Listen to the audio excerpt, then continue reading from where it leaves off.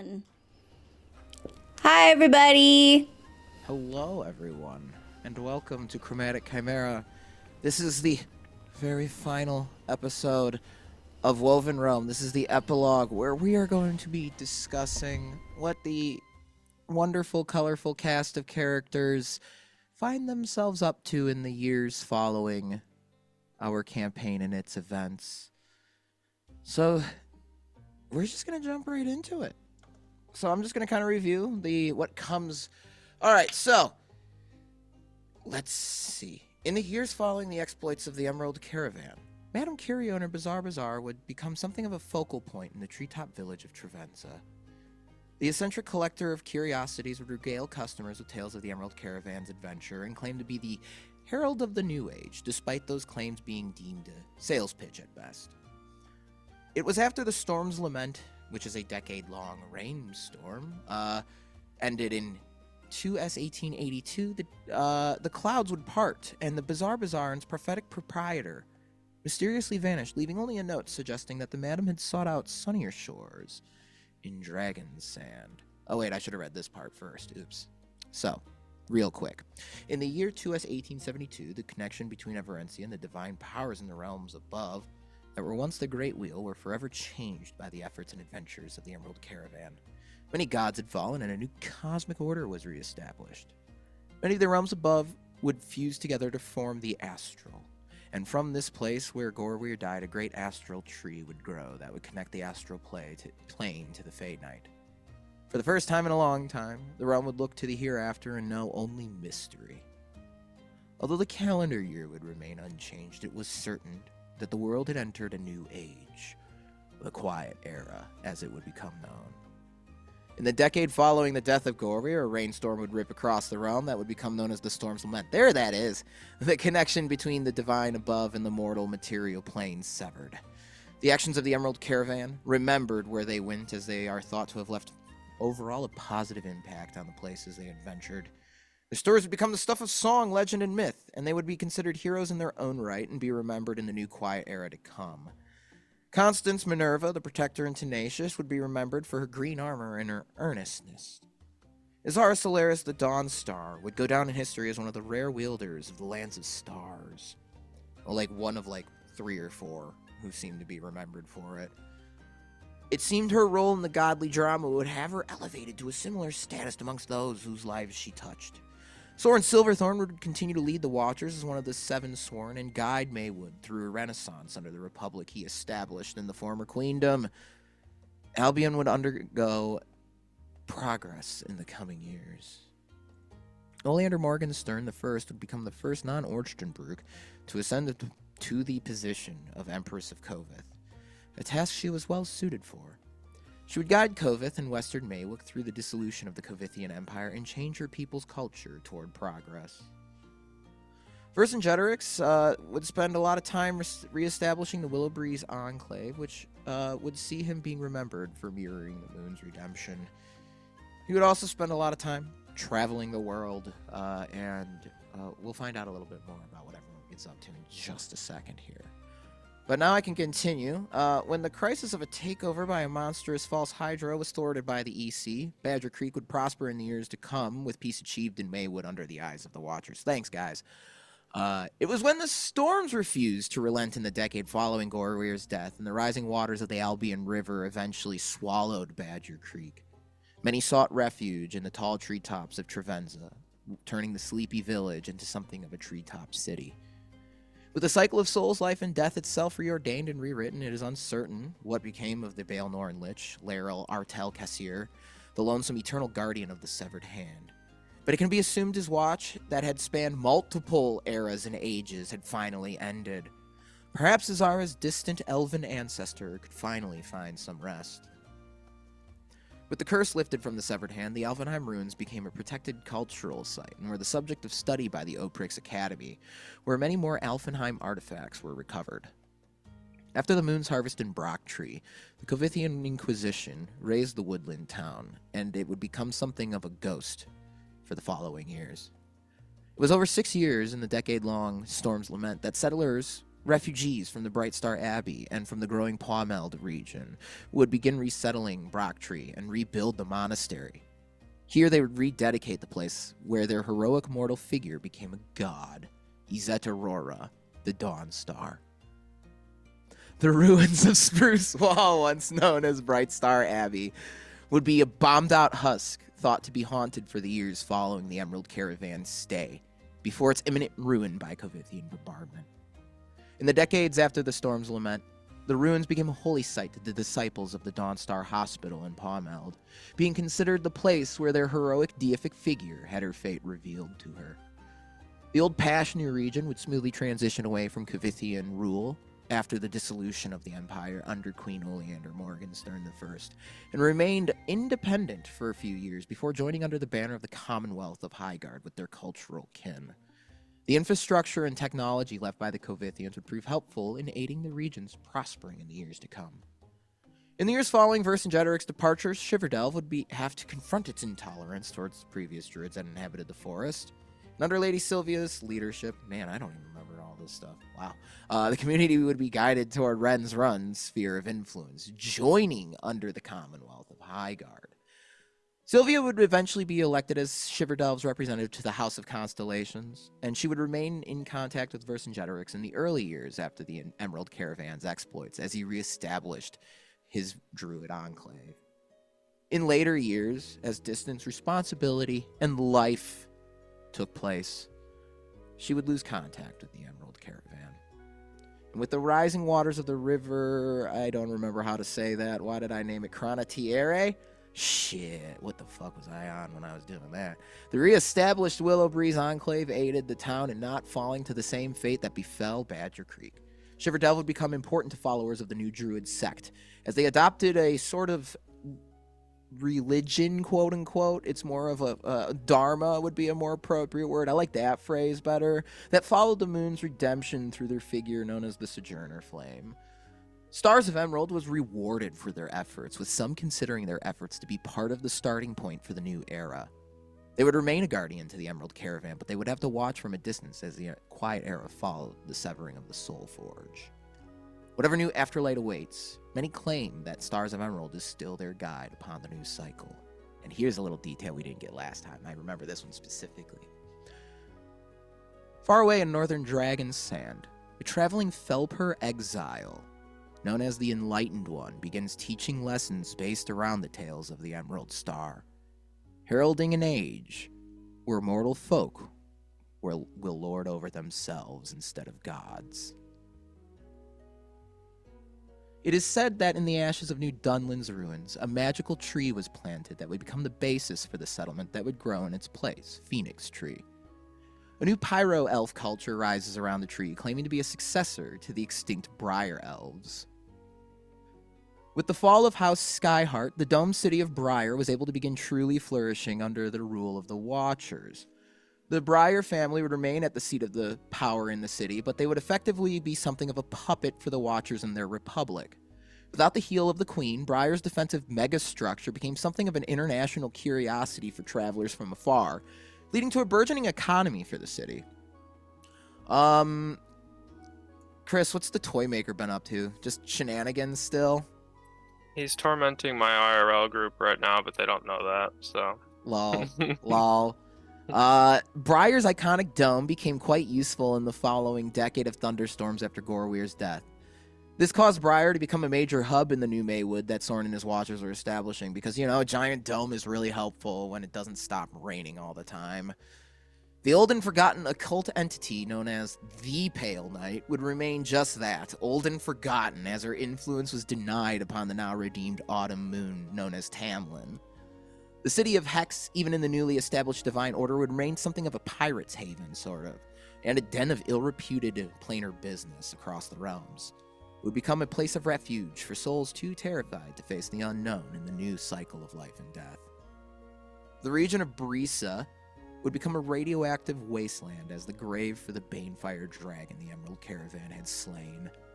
With only poison and death to offer the region, many of its inhabitants would flee north into Briar and Maywood, while more adventurous types would elect to stay and explore the radioactive wastes. Egon Morgenstern, With no friends left in the world, and only having left a wake of enemies he'd made himself, wandered the radioactive wastes of Brisa for some time before meeting an untimely and unceremonious death by an assassin's bullet to the back, presumably to be left a possessionless corpse, a ghost to haunt the background radiation. None can be certain what became of the Devil Muertos after he willingly subjected himself to disintegration by divine radiance within the newly ordained cycle. But regardless, the name would continue to send a shudder down the spines of people in the various stories and legends told about the Emerald Caravan.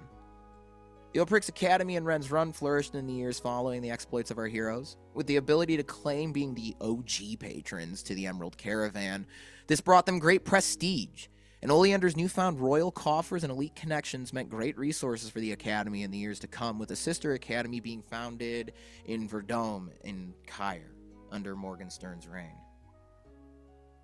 It would be the Academy that would pinpoint the origin of the rainstorms that followed Gorweir's death, and new spells, history, and academic progress would be made. Tuft Hollow became something of a pilgrimage site for those who enjoyed stories about the Emerald Caravan and bards who wanted to learn the songs, especially considering that their battle against Steve the Hundred-Handed Snake is a tavern fave. As to what became of the Daerunes dynasty and their machinations, none can be certain what sort of throne they may seek in the new Divine Order. Minerva, restored and with free time finally, could begin rebuilding her relationship with her sister Cat Steele and Lillian Partridge. Tale in the telling that began a campaign ago in Steamspell concludes with Constance of Eternal Trust. Cat Steele would take comfort in knowing that the biomancers that once crept in the shadows of Midwestern Maywick were no more. With Eternal Trust burned to the ground, many would have expected the ruins of the city to simply sink into the surrounding swampland. Village more so. The ashes and debris from the fires and ruins instead soaked up the moisture in the ground. It allowed Green Trust, a community based around the dual goddess Minerva Constance, to be formed. The kingdom of Nin became the center of tales concerning an alleged sighting of Azeth Aurora, the supposed redeemer to those who follow the Fey pantheon. As faith in Nin grew across the Alandi Empire following Tamlin's ascendancy to the moon, these stories concerning the appearance of the Fey goddess have become the subject of myth and legend. Castle Nightflame remained a topic seldom discussed amongst the Emerald Caravan, but the place itself became something of a sacred site for many of the new religions and heroic cults that would begin to arise in the Quiet Era. Whatever ghosts that once haunted the castle either were put to rest with the moon's redemption or died with Gorweir. The Kingdom of Cumbria faced great scrutiny following the Moon Shadow Uprising that led to the events at Brisa. Great care and focus was placed on making sure order was maintained within the kingdom, and eventually they would cast aside their monarchical structure and adopt something more akin to the democratic House of Constellations utilized in neighboring Highgarde. The monarchy would be dismantled, actually, and a coup d'etat led against the ruling House Cavendel. Although publicly the popular movement that saw the overthrow of the Cumbrian king were responsible for supplying and aiding this movement, there's many that allege the Watchers were the true conspirators that set everything into motion. Credence is lended to this theory by the fact that the state of New Alfenheim was swiftly willing to relinquish its sovereignty to Albion, particularly the Maywood Republic. Ren's Run would continue to prosper in the coming years, with the city continuing to be a bastion of progress, culture, and academia under Lady Steele's guardianship and rule over the Partridge Vale. Although Maywood's sudden claim to Cumbria heightened tensions upon Urgavel's border momentarily, the debonair sworn lord of Maywood, Silverthorn, was able to diplomatically resolve the matter with Lady Steele, leading to a peaceful conclusion over what would be seen as an overreaction to the dissolution of the Covithian Empire. Upon the initial report of the Damselfly's destruction, the Academy and the Steam Priest Dominus Altheides were displeased, until Lord Budregar declared the test of his prototype a quote-unquote smashing success. And he meant that quite literally. Impressed with the riveting details of using the ship to down using the Ornithopter, that's actually the technical name for it, to down a dragon. Surprised I didn't think of that all campaign until now. God damn it. Where the Alandi Empire would rise in the Quiet Era as the rulers of the sea, the new Gothic kingdom under Oleander would become the sovereigns of the sky. Both Altheides and Gomez were brought aboard as personal advisors for the Queen, with Bloodregard becoming her personal pilot and admiral for some time. Air Force One. Altheides is said to still be inventing with funding from the Queen, and Lord Bloodregard is enjoying quote-unquote retirement, which to him is founding an adventuring guild that's based around exploring his homeland of Dragon Sand. Sure, buddy, have fun with that. It's uncertain what became of Gehenna. It suggested that it has become part of the Fey Light and Fey Night with the reordaining, the never-ending winter. The colossi that once wandered the realm now stand still as statues, referring to a bygone era when the realm was a purgatory. The Winter Colossus has nowhere to be found after the beginning of the never-ending winter that calmed the volcanoes of that realm. What can be assured is that the suffering once experienced there is no more. We're almost there, don't worry, we're almost there. Maywood, having cast aside the tyrannical Skyheart family, accepted the Republic under the Watchers, who had lorded over the land similarly to how they did things in the Iris. Elise managed to keep the land from descending into a pirates' republic with her intellect and leaning toward a more academic and diplomatic structure. Maywood would become a cultural and economic center of Albion once again, and actually in the whole region following the dissolution of the Cavithian Empire. The Albion Renaissance would begin as the people of the land felt truly unified again for the first time in centuries. The Iris managed to weather the unending rainstorms of the coming decade as the Watchers flourished under Soren's rule. It would seem, though, the true object of his affections, Azar, would garner his attentions more so than the organization. The Syndicate's rapid growth overnight saw to divisions and factions soon developing within the Watchers. Any issues Soren faced later in life were likely pertaining to the factionalism within the Watchers. And the Watchers would be the only thorn in the side of the Alandi Empire's growing naval presence. So go you guys. We remember that I remember this one because I was upset that Taun Tevinderlove would grow in power as he continued to embrace his new role as the arch-existence of Last Laughs. He became something of a patron to not only the Watchers, but also Maywood. And he's something of a figure associated with liberation, freedom fighters, rebellious movements, and hope. Despite these positive connotations, there are still those who are vehement detractors of the Arch, claiming to be a scrupulous, tricky, pranking, womanizing scoundrel. And then finally, after we kind of just talked about the Reckoning of Heaven, there's a big-ass godly body count. Boom. That's about it. All right, so we're going to start jumping into what the characters specifically get up to now. So let's start with Emmy. Yeah. All right, so as Alex said, Emmy remains a guide to the dead, providing a friendly and a comforting smile for even those who are the most terrified of the new unknowns of the afterlife.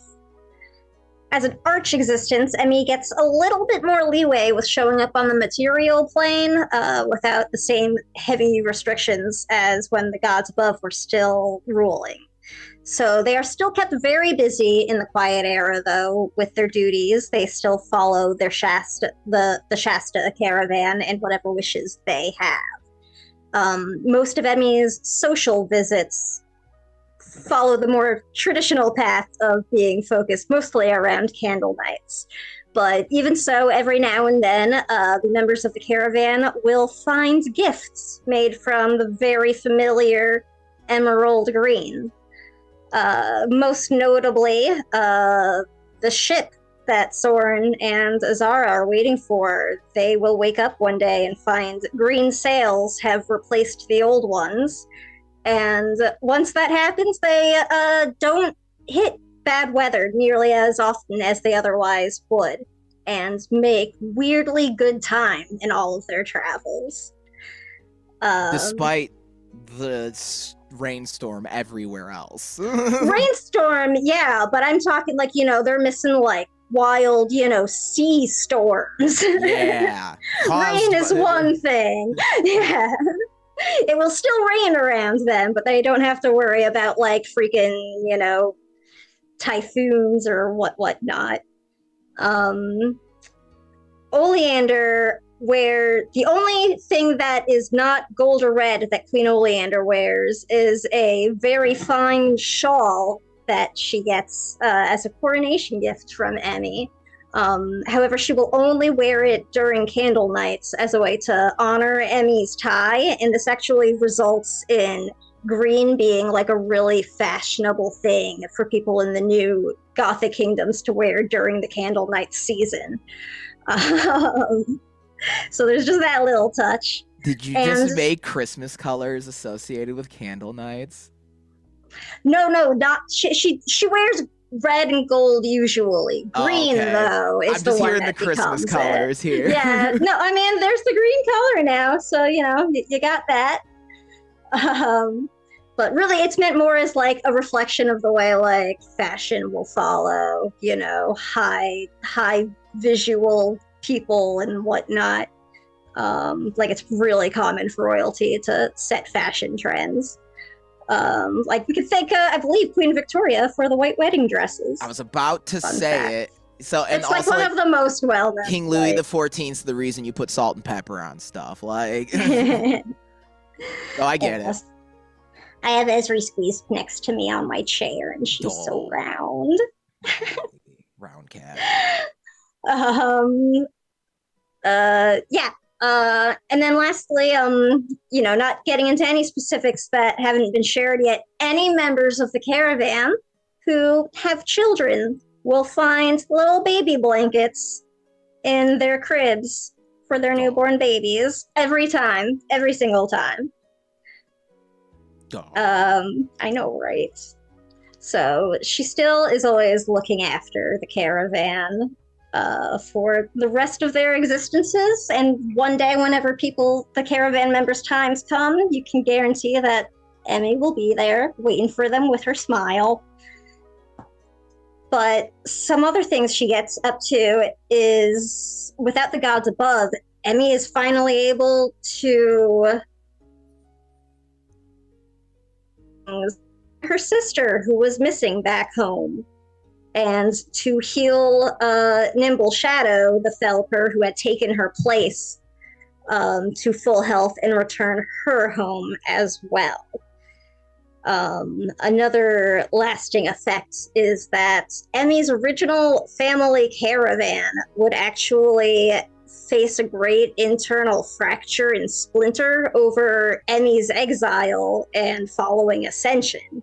Where do you think the enlightened one came from? So, well, I don't know what you were up to with that, so. But, one of the factions that survives is actually led by Emmy's sister, who she returned, and the sibling she was closest to. And they become what is called the Stars Path Caravan, who travel and become well known for protecting the weak, but teaching people how to protect themselves. It's like a traveling nomadic caravan of Felper or whoever wants to join, go around like essentially teaching self-defense classes to people throughout continental Maywicht. That's, you know, where they focus, where Emmy had her most initial influence as well. Hell yeah. And last, but certainly not least, I just want to note that, at least by some, you know, throughout the lands of Everencia, it's said that even during the decade-long storms following Gorweir's death, anytime a mortal dies, the clouds above them will part just enough to let a little green star shine through. Aww. And yeah, that's how you know they make it safely. All right, Chris. Unless Emmy has anything else, I hope No. If anybody has any scenes, you know, as we keep going with things where, like, you want to talk to Emmy about something, like, she will show up. Hell yeah. All right. Soren, what do you get up to in the years following? Soren stays on, and after vacation, of course, but we'll get into that. Soren stays on and becomes the Watcher, to no one's real surprise. The surprise comes with what he decides to do with the organization. So he, taking some advice from close people in his life, has rooted out many of the criminal acts that the Watchers do. which we'll get into more later as well. But they become more of a rebellion group, and they're freedom fighters, and they aid the people who actually need it. They're on his many voyages that he takes. He does find other cities who are almost as in need as Maywood is, and begins to kind of globalize the Watchers, and increase the efforts that they already had. So that's what he is up to in terms of Watchers. I did want to have a scene with Constance if now's a good time. Yes, let's go. Okay, so I think this probably takes place like pretty quickly after the Gods' War. Okay. So I think it's like pretty, maybe like a day or two after. Okay. So Soren's just gonna go find Constance and knock on her door. Come in. Hey, do you have a sec? For you, I have many secs. Well, that's okay. Oh, never mind. seconds. I have That's- all of the seconds in the world. That's the old me. I'm not gonna make the joke. I just wanted to thank you. For what? I know we're kind of all gonna go our own ways for like a little bit here, but I just wanted to specifically thank Constance and Minerva. I feel like most of my life I've had two parts of me as well. I've had Soren and the Watcher. And both of you have really taught me that both of those halves can kind of live in harmony. So, thank you. Oh, yeah. Just doing my job. I mean, I'm always here to support you in any and every way possible, so I'm glad that I was able to provide that. I hope you don't mind me living vicariously through you, but Oh, I mean, I'm not going to do anything much more extravagant than you are, going on your boat and everything. How's that going? I don't know yet. Oh, still? We're supposed to leave tomorrow, so. Okay. Well, last thing, I will make sure she gets on that boat and doesn't run away at the last second. Okay, thank you. I appreciate it. I also skimped on a wedding gift for you. And so I am here to make up for that as well now that I, have access to my wealth again from Mr. P. Thank you. Oh, okay. I mean, that's not really necessary. It was a really last minute thing. So I didn't even know it was happening. Which is okay. Anyways, well, I'll talk to Percy about that. But so this might be a little sensitive, but I bought you the place where you grew up. Oh. I bought you the clock tower. So if you want to destroy it brick by brick or build it up into a better place, that's you and Vercy's decision. But wow. Thank you. I don't know what I'll do with it yet, but that means a lot. I don't need to know. Yeah, you're welcome. You don't have to tell me what you do. One day I hope to swing by and I'll just see what's become of it one way or the other. And I'll be happy with either. Fair enough. We'll make it a surprise. All right. Thank you for everything. Enjoy your travels. Enjoy being married and not having to murder gods. Yeah. Enjoy all of those for you as well, except the being married part, unless that changes, in which case I hope it is good. Thank you so much, Constance. And I'll just give her a big hug. Big hug. I'll before I leave, I'll just say if you ever need someone to carry your bags, I could probably hire someone for that or something, and I'll just shut the door. Amazing. A classic. I still remember. I'll always remember that. Incredible. So I mean, that's Soren's.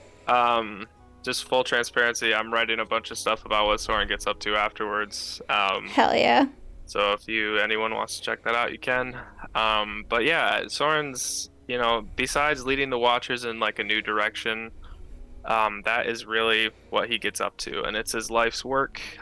Like Alex was saying in the monologue or the epilogue, Soren just kind of governs the local towns and helps Elise where she needs it, and expands the Watchers' reach, and helps those who need it, which was his goal all along. So that is kind of his life. Hell yeah.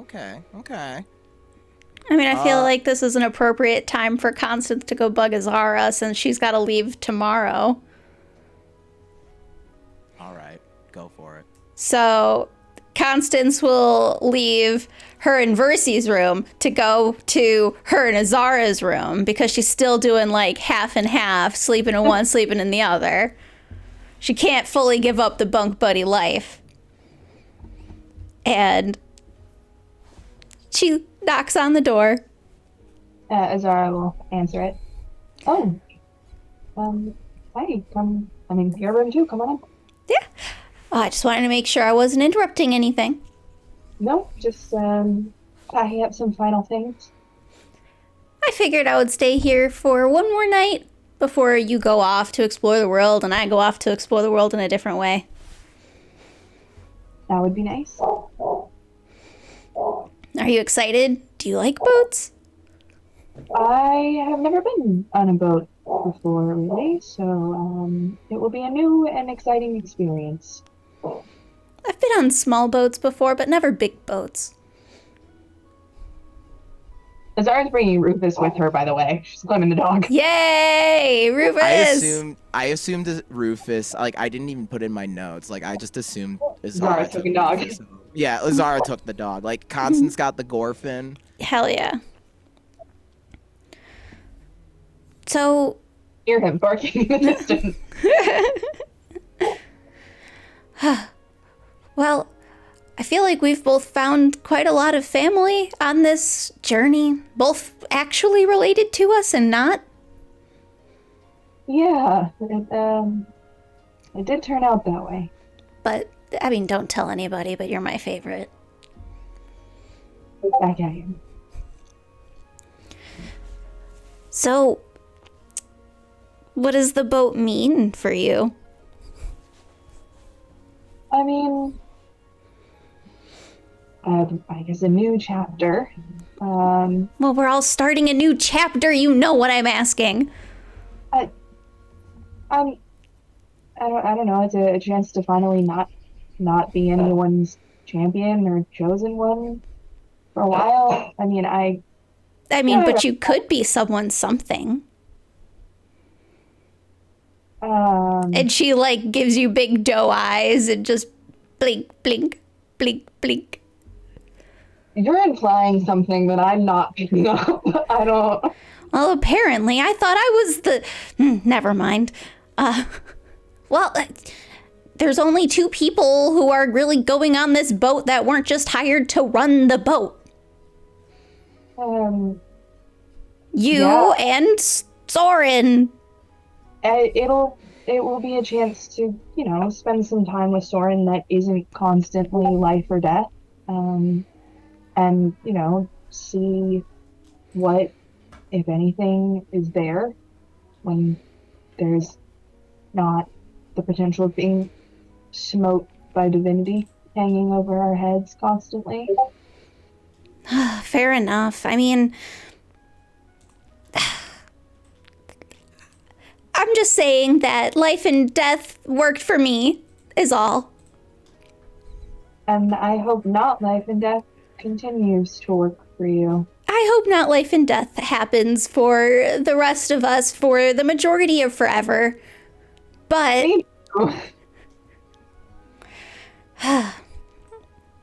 I'm so invested in this. And I will write you consistently. You better. You better. I don't know how we will coordinate a letter getting from me, who I will be somewhere in the vast greatness of the land, to you in the vast greatness of the sea, but I'm sure magic can do something. It's a shame you're not friends with the arch existence of messaging. Right? I am sure we will find ways to remain in contact. I'm sure. Okay. Well, want to make one last blanket for it? I would love to. Yay! I'm excited for the boat and whatever may come after, and I'm so happy for you and Vercingetorix, but I'm really gonna miss you. I'm gonna miss you too. And when we're all adventured out, we'll hang out again.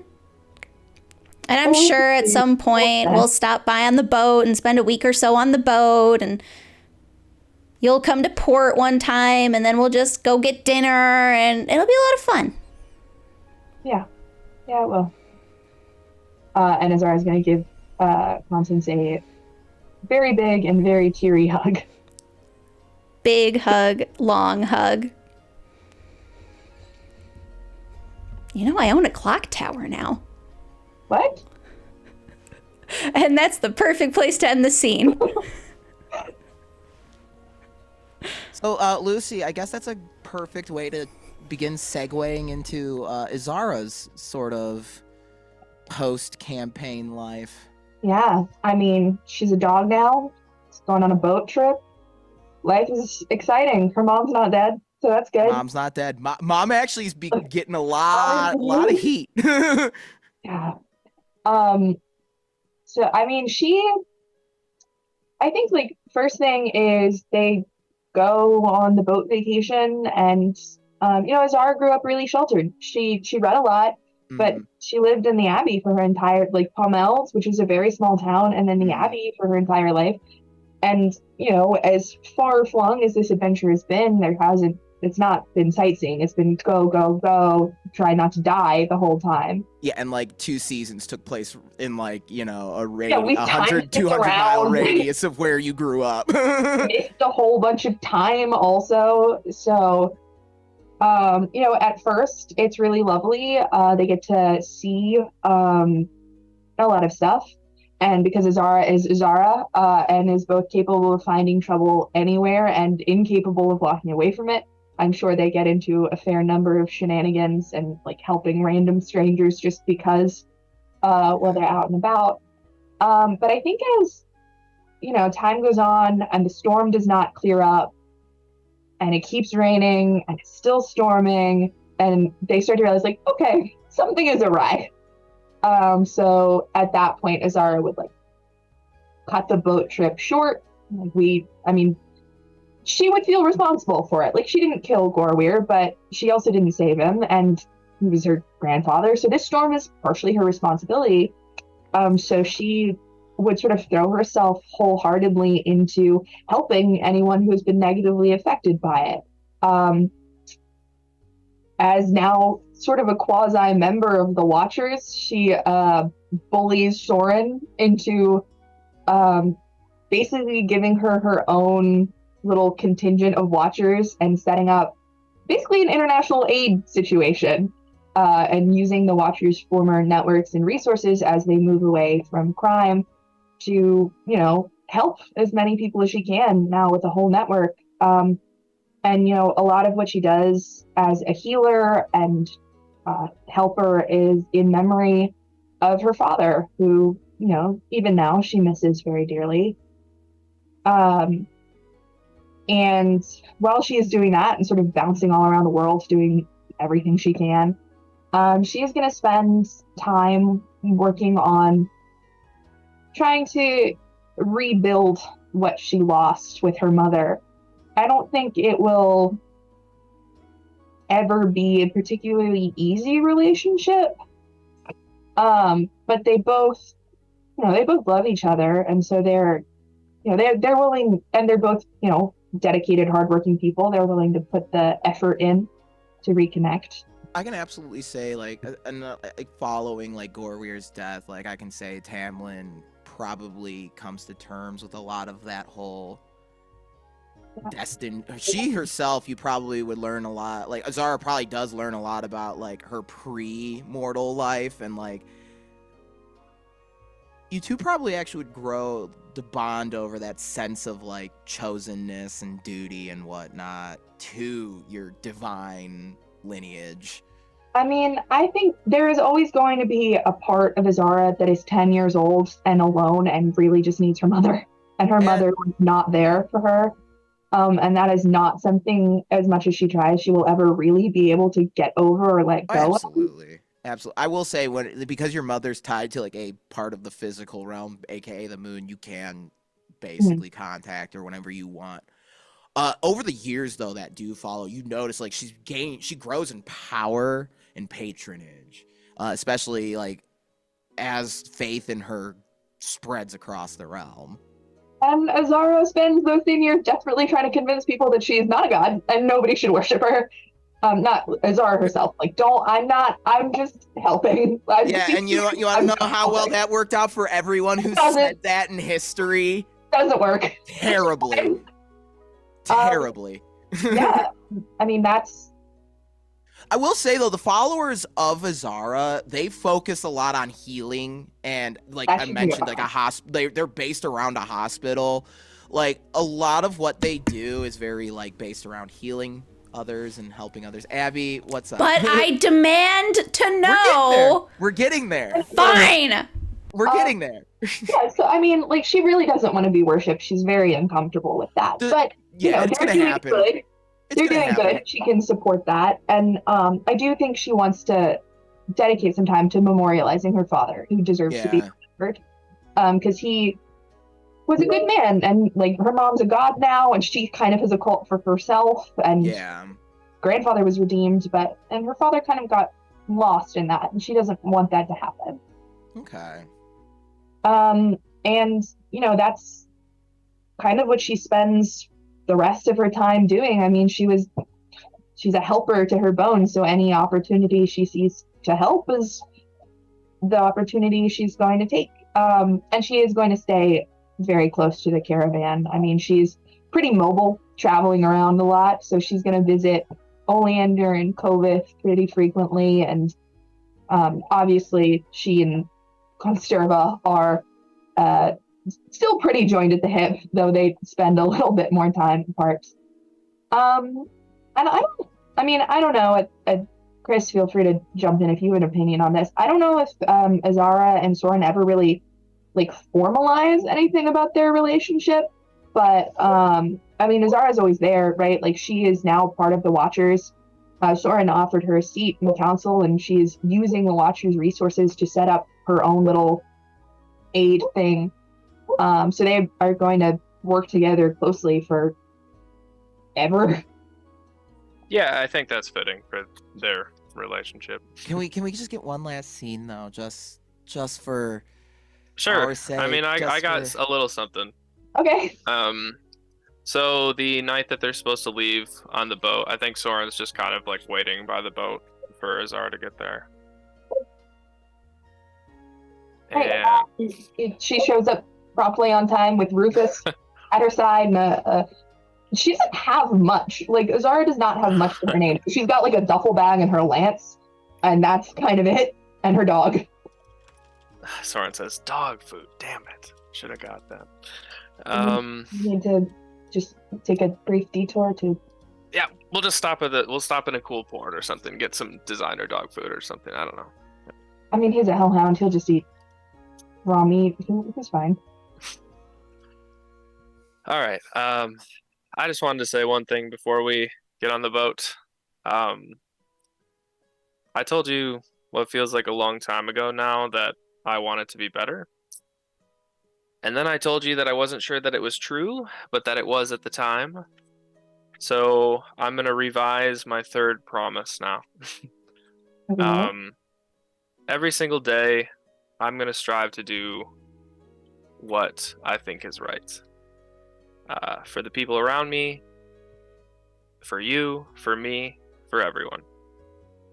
The biggest promise I can make you, though, is that every single day you spend with me will be an adventure. And I think that is probably as important as doing good things.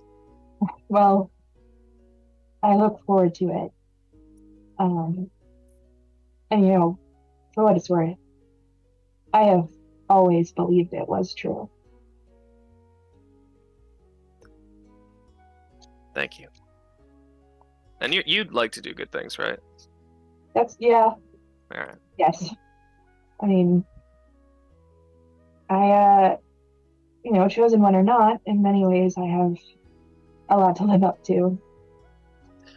Yeah, just don't expect me to treat you like a god on the boat, though. Please I do think not do that. that's Don't kind do of like that. a line for me. Yeah. Okay. I don't like any of that, and I would prefer that not happen. Great. Let's go somewhere where you're not a god then. Fantastic.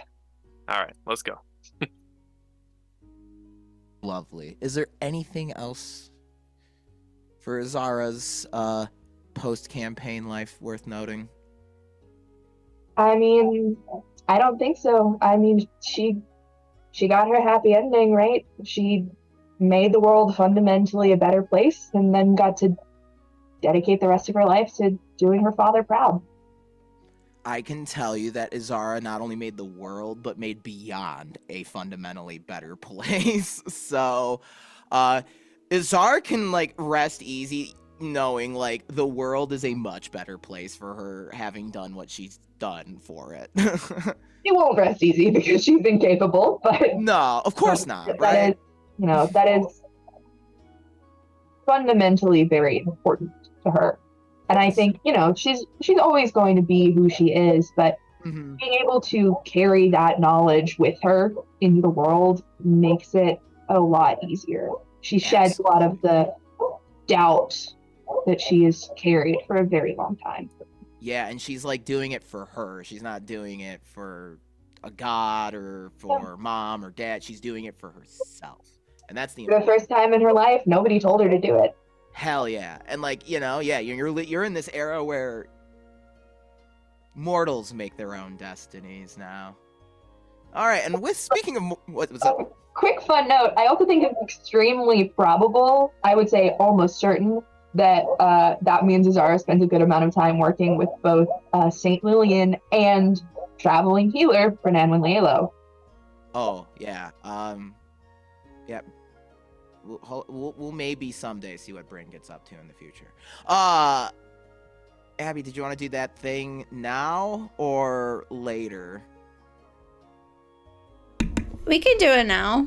Okay. I don't know what else we've got going on. Well, then we're going to go to Oleander and finish out everyone else. Okay, sure. So, years down the road, right? Like 8, maybe? I don't know. You have a better idea of the timeline. Alec? Oh. Sure. I mean, that makes sense. Yeah, that makes sense. Why am I doing all of the narrating? Because I did my narrating already. I'm done. So Constance and Versi have gone and traveled the world. They've basically backpacked across the continent.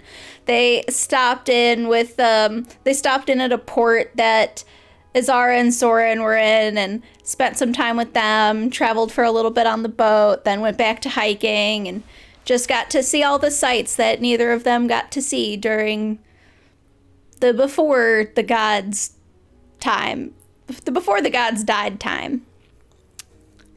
And eventually, when they're all walked out and they're ready and tired,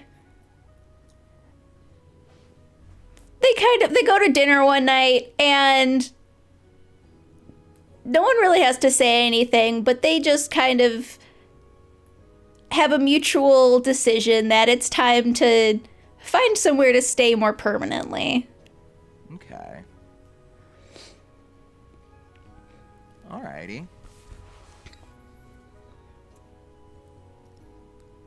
Are you gonna say anything now? Let's see. We can turn it into a scene if you want. Yeah, I thought that's what we were doing. Okay. So I wanted to make sure you were done describing real quick. So yeah, Vercingetorix spends many of the early years after the adventure. He actually spends. We'll get into it with Oleander, but he spends a couple years making sure like her ascent to the Kavithian throne is smooth and basically is her personal bodyguard for most of that. And then eventually he learns to trust Isilbrand enough to go on his adventure. So he just kind of looks at Constance and is like, it's been like 7-8 years. And he's just kind of like, yeah, I suppose. From what Oleander's been writing from home, apparently I'm making for quite the candidate for the house, for one of the representative positions. Oh, is that something that you would want to do? You know, I think when we first started traveling, I thought I will never grow tired of just spending every day with my wife, throwing a dart at the map or going wherever our heart desired, but every time we see Sora and Azara, Azara always has to remind me of the damn promise I made long ago about how I wanted to heal the world instead of leaving it worse off. And I'm tired of just fighting. You know, we've had to still fight here and there. I think I want to make change in a more peaceful way. And I think Oleander's done a great job of providing us with the means. Well, at least me, if you so choose, you could too, with the means to do so. Well, I had something a little more domestic in mind, I suppose. Oh, thank God. Okay. I didn't want to say it, but yes, I would enjoy something a little more settled down. Yeah. You know, maybe like even have a kid or two around.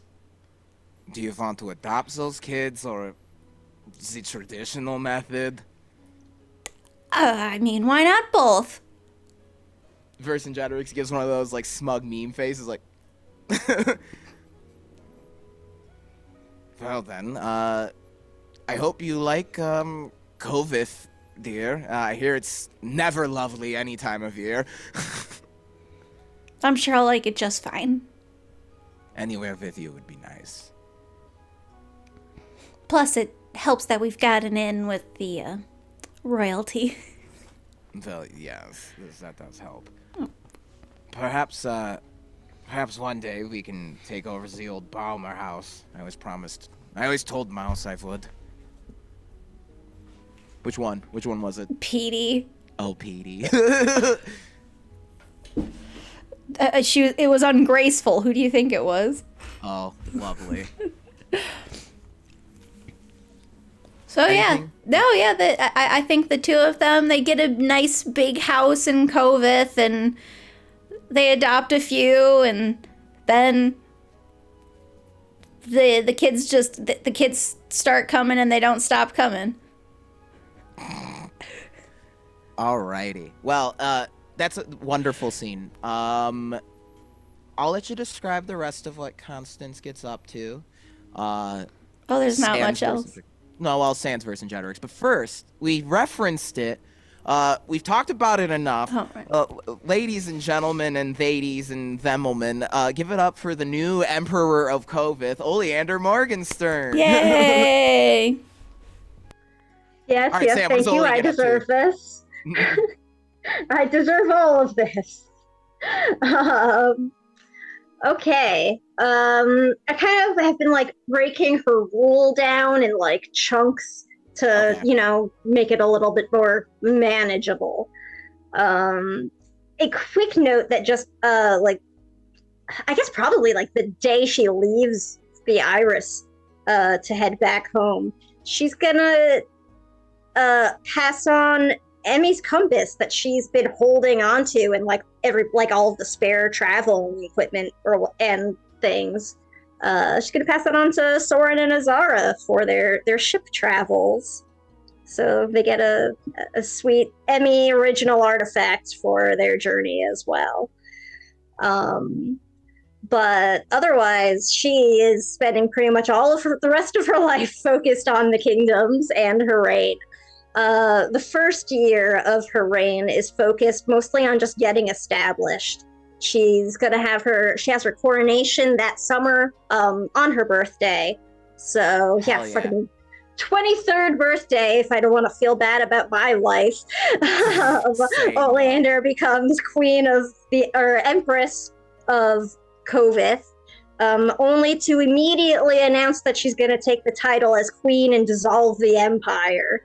All right, I'm gonna hit pause there. We're gonna do a scene with Vercingetorix and Oleander on the day of your coronation. You're probably getting ready. Okay.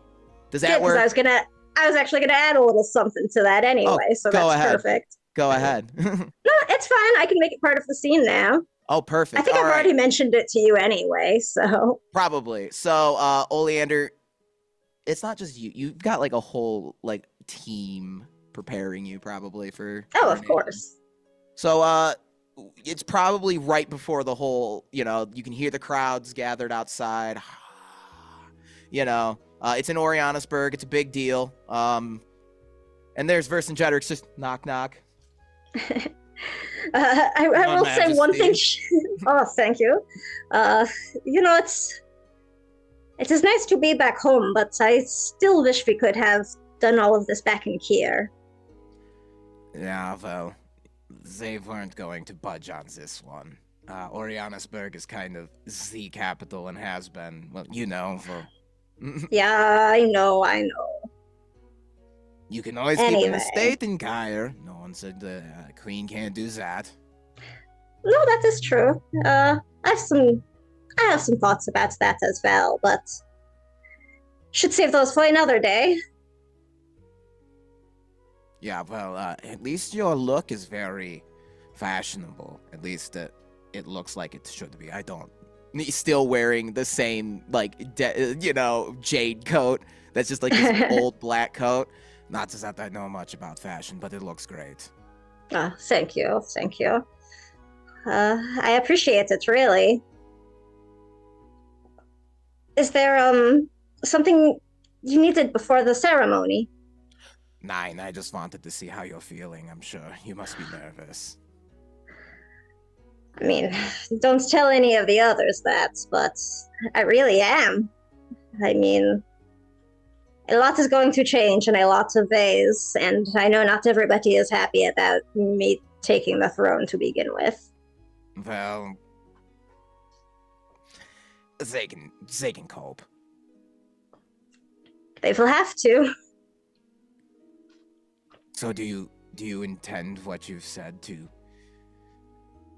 dissolve the empire? I do. I was thinking of mentioning it later this evening, during all the speeches and stuff. When it's too late for anyone else to say anything. Of course. You always had a way with timing. But I have some good plans, I think, that will help things progress slowly but safely, at least. I hope that is the idea. Well, you can't just dissolve an empire overnight. Oh, no, I mean, what would that even look like? So... Well, I'm glad at least that I don't have to worry nearly as much about David or Albion. They'll be alright. Soren, Zara will keep him in reign. Oh, I mean, that's fine. I just mean, someone like Elise calling the shots over there, I think we will be able to work something, out. Yeah, I'm sorry. Diplomatically. I'm still getting over the fact that you are yet again changing the course of history. Well, you will be helping me every step of the way, yeah? Funny is that you mentioned it. I actually was hoping, I was hoping to take a sabbatical, so to speak, and travel with Minerva a bit and see what Maywick has to offer. We'll be back eventually, and we'll always come back to visit, of course. But we both realized, even in all of our travels, we haven't really seen the world. Even though we've been to heaven, Gehenna, and back.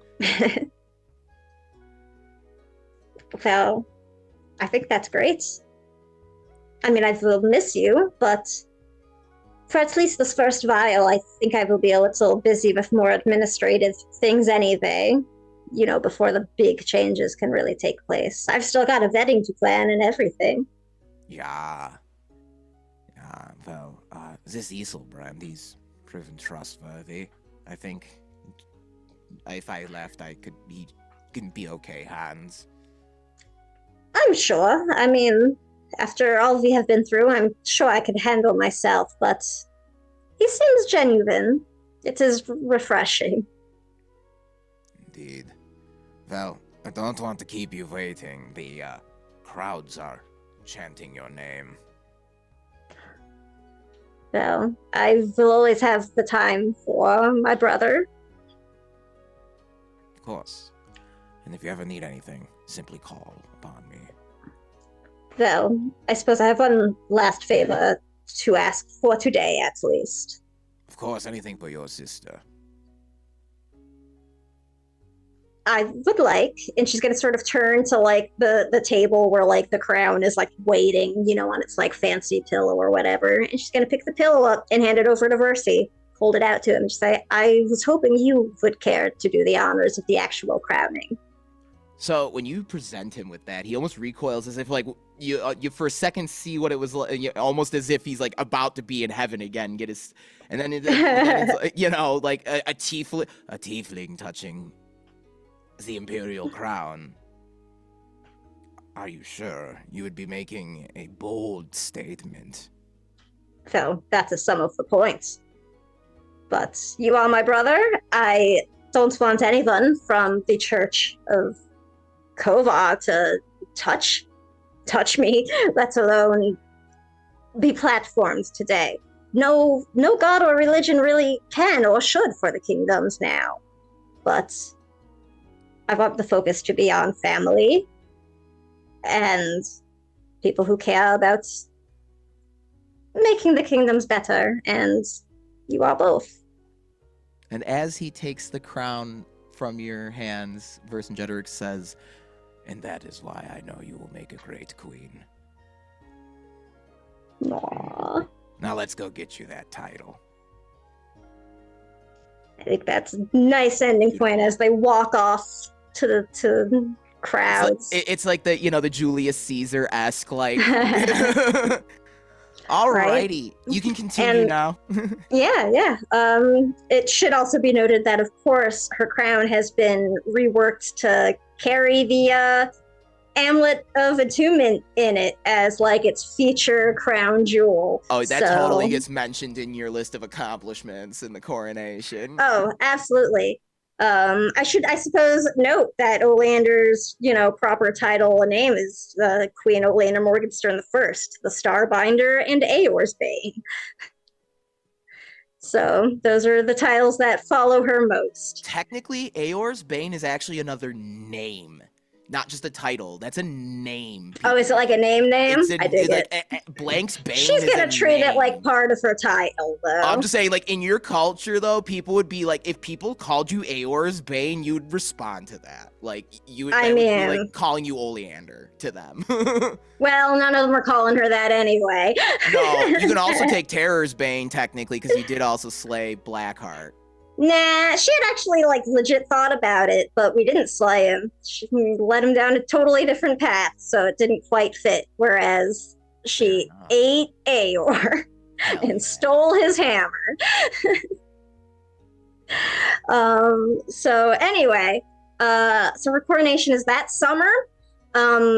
That fall, she's actually going to take the remnants of the old Morgenstern estate in Kier in Verdam and renovate it and donate it as a campus to a new school, the Royal College of Neo-Gothic Arts and Sciences, which has a very close relationship with the Obrix Academy.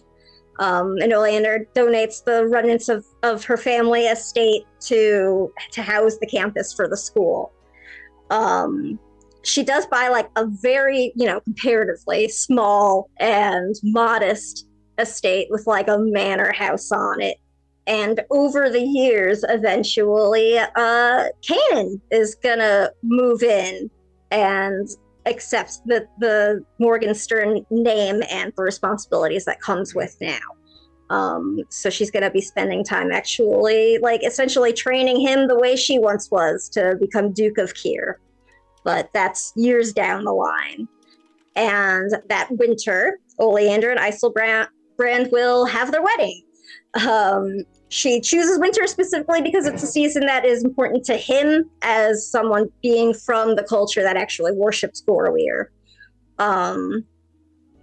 She is going to ask Zara to officiate for her. and will be asking Constance to make her dress. Hell yeah! Wait, is that Azara's second wedding party wedding to officiate? Because I thought, did she? No, she No. was the best. She was the witness for Constance. Yeah. Yeah. So she did not. Yeah, I think Mouse officiated. That's right. Mouse ended up officiating, so Azara could stand up for Constance. That's So this would be the first wedding she's ever officiated. right. Royal wedding, baby. I Hi, do need to ask Azara, which god do you officiate under? I think she would have asked Oleander and Isilbrand ahead of time who they wanted her to swear them under, if they wanted it to be a god at all, because it could be a secular vow. Yeah, I think given the nature of the Not fucking kingdoms, wrong. it would absolutely be like a secular like thing. But under the kingdom, I see. yeah, under the kingdom now. But you know what? Isilbrand is going to be like constantly like fangirling over Azara, considering he is, you know, wildly uncomfortable. he mellows out over the years, but you know, He's just a golden retriever. right? Like Oleander was going to ask Azara anyway, but it was definitely a real big perk to Oleander when she was like, "Oh man, Isilbrand's going to freak out." I think Azara likes Isilbrand. She's just like, not my grandfather. Right? Not a No, guy. not at all. Hashtag not my grandfather. Hashtag. By the time of the wedding, Oleander and Isilbrand, she's not in love with him. Not even gonna pretend otherwise. But she has started to like genuinely trust him. He's actually, by the time of the wedding, like saved her life at least once during an assassination attempt, which sort of leads her to feel like she could actually rely on him. So at the time of the wedding, it's like they're very good friends and business partners.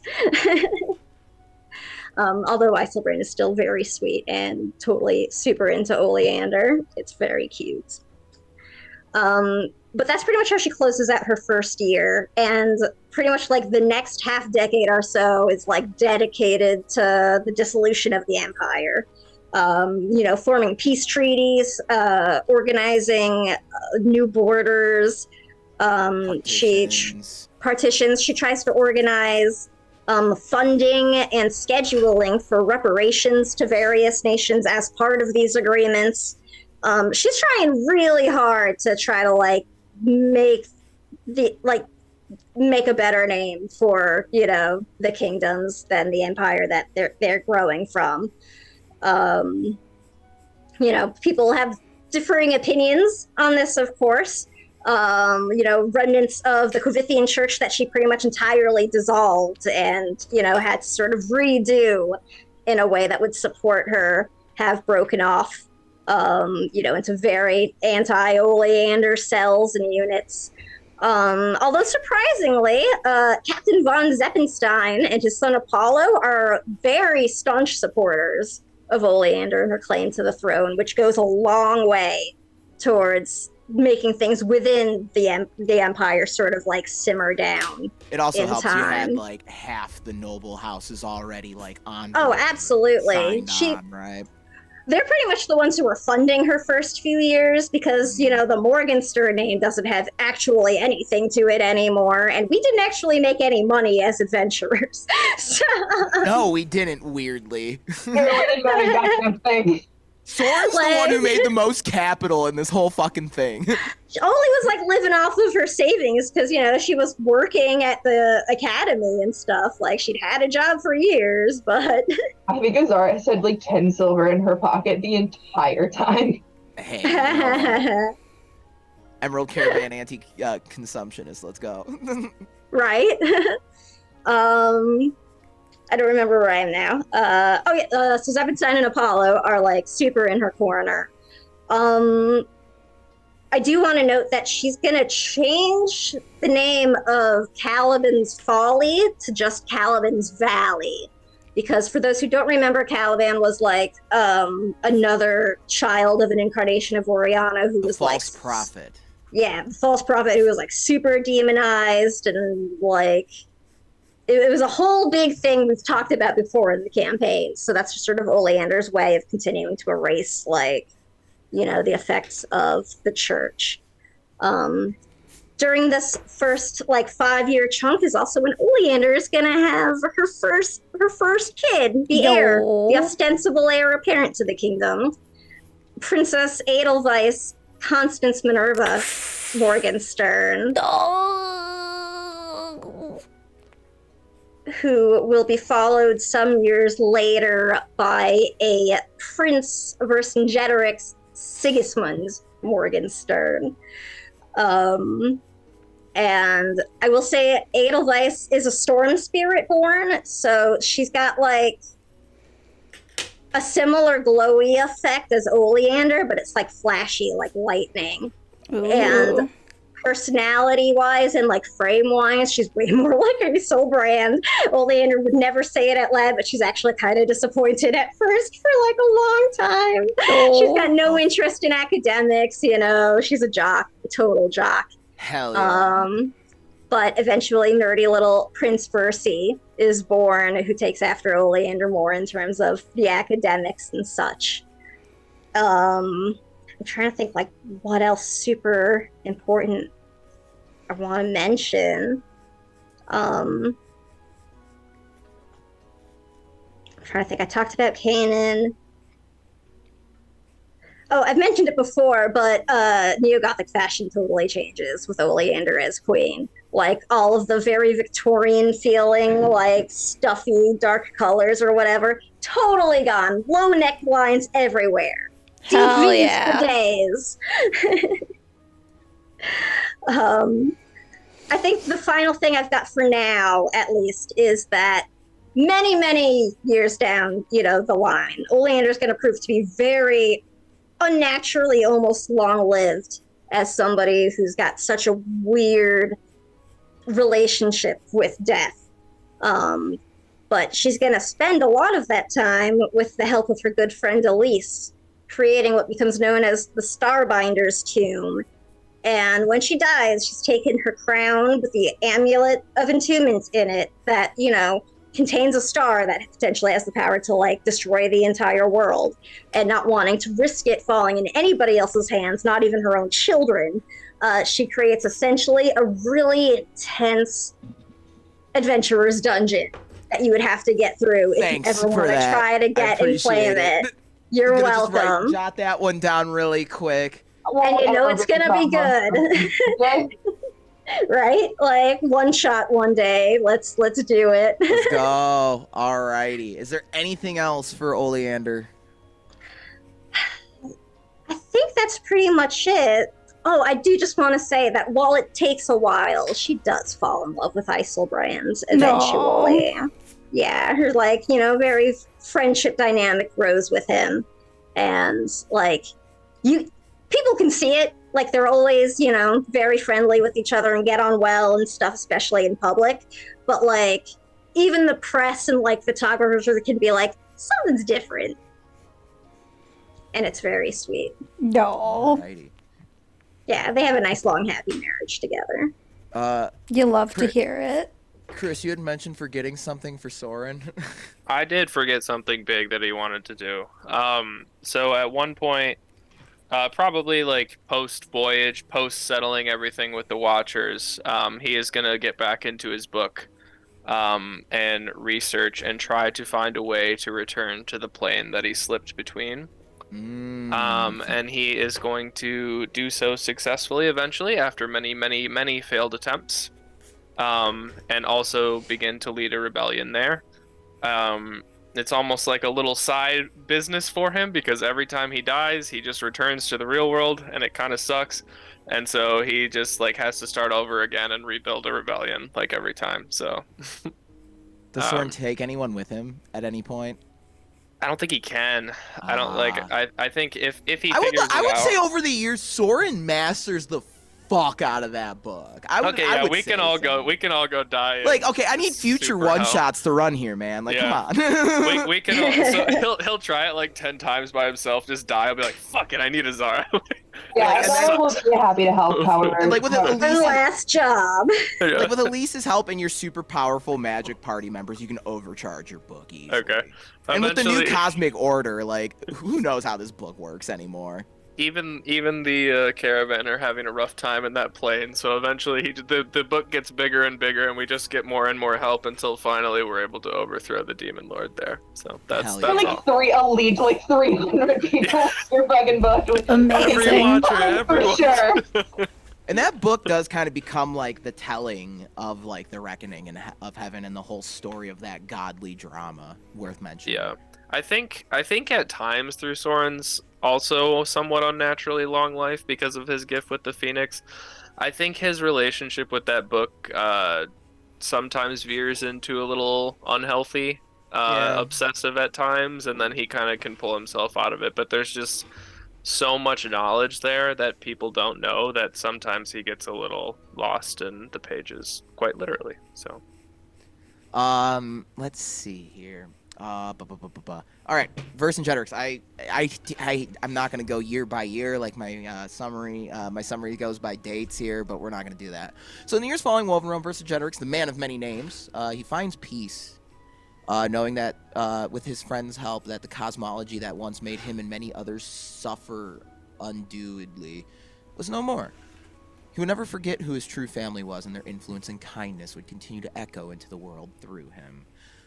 So in the years immediately after the campaign, we kind of so he spends time in Kovith, taking care of Oleander.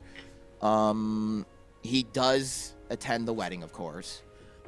See, part of the reason he drops out of politics is he just wasn't trained to be a politician like she was. He didn't take comfort in that lifestyle at first. He did was asked. He'd spend time with his family in Weidenhaven whenever he had the chance. And actually, it was on a beautiful Celity night that while visiting with Soren and Azara, hearing about their latest naval exploits, that he was reminded by Azara of the promise to finish recording the teachings and methods of his former druidic mentor, Amaranth Willowbreeze. He would, as he was writing this biography, it turned into so much more that he kind of recounted the redemption of the autumn moon through the Lycan perspective. To honor his fallen druids, the sole survivor of his enclave reestablished them with a moniker derived from his previous mentor. So after after like a year or so, Versi and his wife Constance, they leave. They go to travel, and he actually spends time with Minerva in that region. That Shiverdelve region. That's where he works to reestablish the Willowbreeze enclave. I imagine Minerva, I think, spent a lot of time with Lillian. Oh, and absolutely. All the during that time time. period. And Vercingetorix would serve as the first Fenris of the new Willowbreeze enclave, guiding the new druids while also taking on an apprentice of his own who would become the second Fenris when he would leave the enclave in their care. The idea of making the head person the Fenris was from his wife. He called her bluff on it. Vercingetorix and his wife Minerva, they went on a journey that he promised the two would go on. So they got a hell of a honeymoon. Their journeys led them across Maywick, and although filled with far less peril than the adventures they had with the Emerald Caravan, the married adventurers took on the odd quest here and there. They spent time getting to know some of the places they'd stay, but they would not stay in one place for particularly long. Like I mentioned, some days they would travel somewhere just by throwing a dart at a map. Sometimes they would go where they heard help was needed. Let's see here. And then it was actually after 7 years of traveling that the call to return to Kovith grew strong, and conveniently, right as him and Constance decided they wanted to live a little bit more of a domestic life. So in the new political structure of New Goth, basically a new Moon Goth is established, and Vercingetorix gets elected the head of this noble house, because nobility becomes an elected position in New Goth.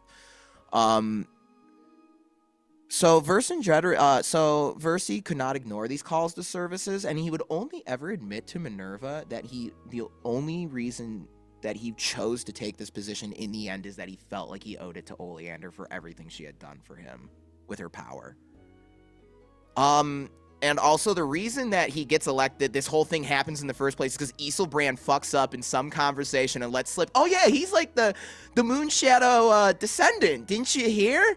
And like, you know, Oleander's like, you weren't supposed to say that. Classic Isilbrand. Just classic Isilbrand. He's like basically just always saying the thing he shouldn't. So it's like in 78, 79 that the new Lord of House Moonshadow settles with his wife in the new Gothic kingdom to begin assuming his responsibilities. This is when they begin settling down. He proves quite effective in his role and makes great reforms in terms of social programs regarding orphanages and childcare, of course, right? He became something of a symbol amongst the tiefling populace of New Goth, serving as their figurehead amongst the traditional Gothic noble hierarchy. And it was after his second year as noble, because every 2 years they're up for re-election, Vercingetorix actually willingly said, don't vote me back in, vote in a new person. And he Washingtoned it. He started a tradition amongst the House Moonshadow where that would become the house of the quote-unquote tiefling candidate. And as the rainstorms grew lighter, the blade's flames grew softer. It was actually in 1880, after almost a decade after WovenRealm, that Vercingetorix and Minerva inherited the Baumer house. His sister Freya brings to the couple a set of 14-year-old twins who were originally orphans from Bright Star Abbey. And Vercingetorix, reminded of wanting to heal the world he had left broken, inspired by Mouse's actions with him, with Constance adopted the twins, accepting them as their own children.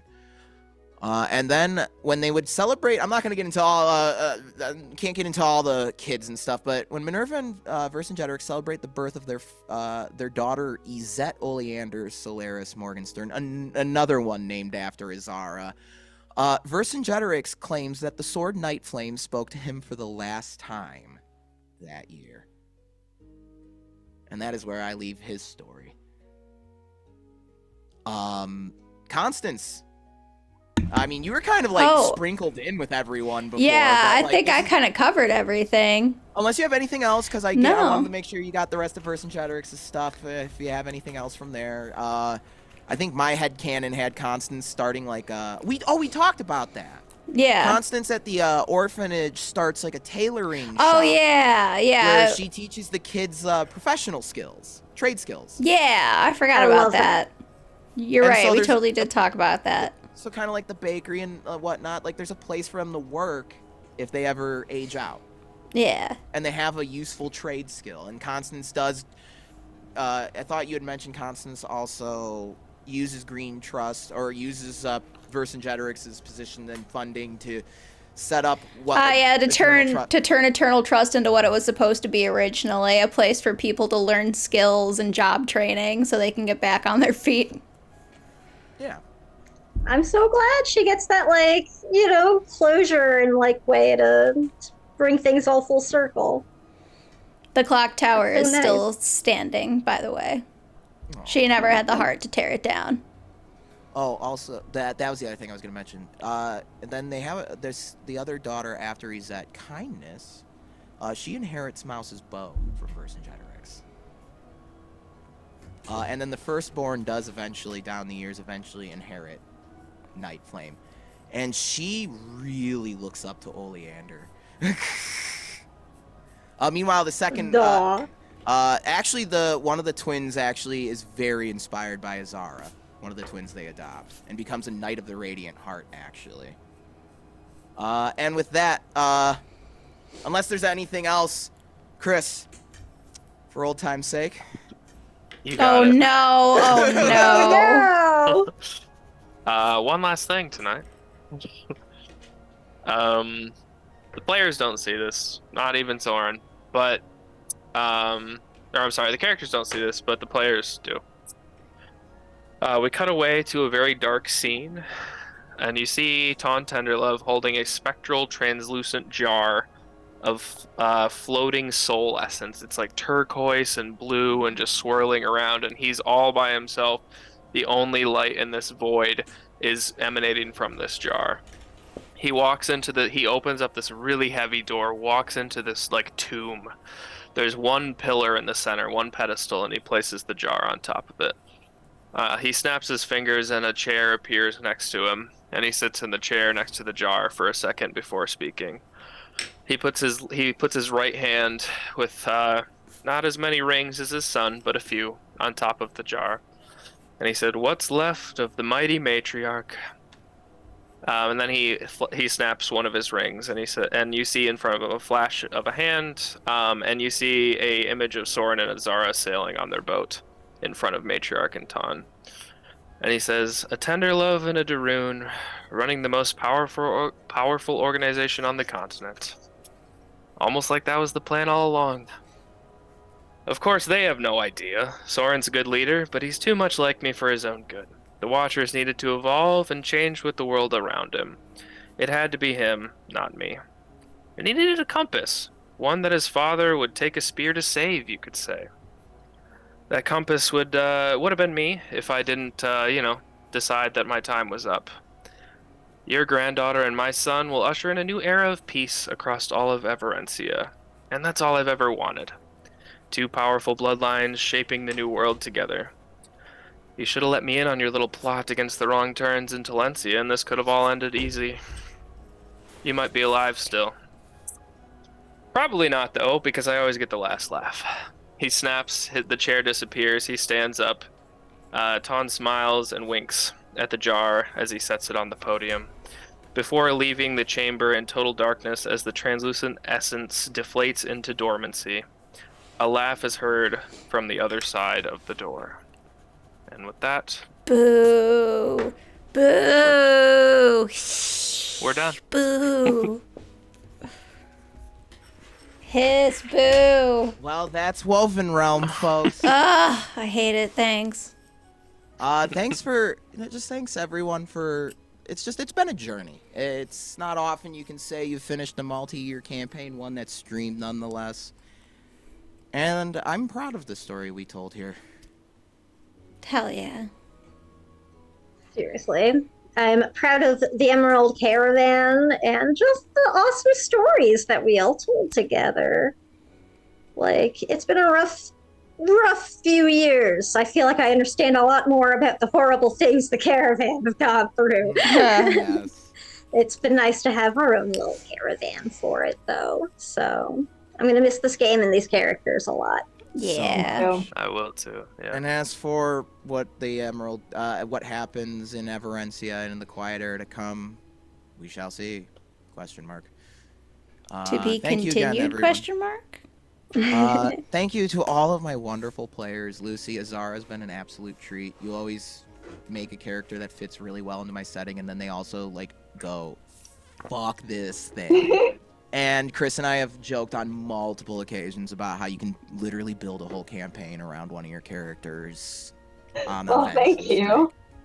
Azara's story has been rewarding and very interesting to watch, and has become very integral and to the not just the lore itself, but the mishmash lore of the setting. So that's really cool that ended up happening. Chris was Soren. What better way to bring the Watchers to life than Soren, son of Ton?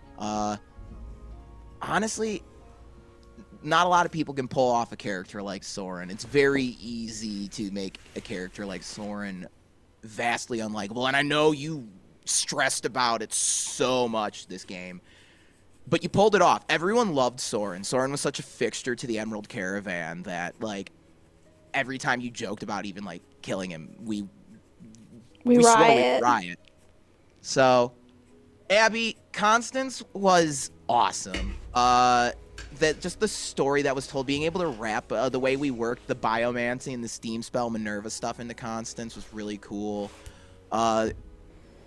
Very interesting story, the whole Mother Superior aspect and just working everything into where she was this engineered godling creature, but she chose her own fate in the end. And she was always just a rock to the party, just always there. And a lot of those fights, last one standing. So, Sam, sorry about what happened to Emmy. Emmy was great. We loved Emmy. Sorry about that. That was you handled that with grace. Oleander's been a treat to watch. It's been really cool. Yet again, you're another one of those players that really just looks at the lore and says, "Okay, I'm gonna do this." Like, leaning into the Kovithian culture, you've literally helped shape parts of it now at this point. And now Oleander's like queen of this shit. So like, I just want y'all playing games with you is so special. So I just wanted to make sure I said that on the air on the final episode of WovenRealm because thank you. So. And thank you for all the time Seriously. you put in this damn setting. Yeah. Well, Chris, thank you. Thank you, Chris. Like, Yep. seriously. Both. Vercingetorix needs a shout out as a character too. Vercingetorix is Right? so wonderful and such a delight to have in our little party. When you were describing Azara as Epilogue, I was like, holy shit, this is why they're friends, because they can't retire. They're both never going to retire. They tried, couldn't do it. Yeah, I also assumed like the Emerald Caravan remained close. That was like the one thing I didn't need to say. Like, I feel like most campaigns you have to mention it, but with the Emerald Caravan, it just went without saying. Like, well, they're each other's found family. They kind of can't get away from each other. Yeah, she's my sister, and he's her brother, and then they're married. They're married together. I mean, anytime anyone from the caravan is near or in Kovith, like, Oleander makes sure they are set up with the best of everything. Hell yeah. All right, well, we can sign off. This is the final sign-off for WovenRealm. Thanks again to all the people. I know we don't have, like, anyone in chat these days anymore, but I know a lot of people check this shit out later. And yeah, thanks. Like Baba Yaga, Tusker, some of the OGs, you know. Wanted to shout y'all out because. Shout out to S5E if she's out there ever. If you're still out there, respect. You know, a lot of friends made throughout the years. So, with that, this is Chromatic Chimera with the final episode of WovenRealm. See y'all later. Bye.